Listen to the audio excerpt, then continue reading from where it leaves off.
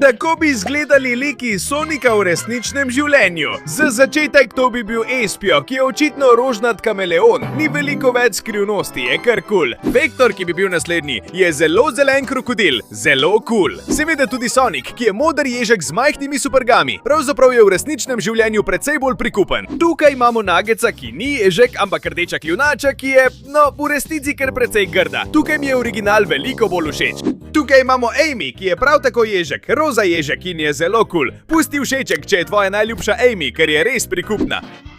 Tukaj imamo Rush, ki je očitno netopir in ja, ni kaj dodat, kar grda in previdno z njo. S Shadowom, ki je temen ježek z rdečimi bodicami in copatki, je moj najljubši. Naroči se, če je Shadow tvoj najljubši.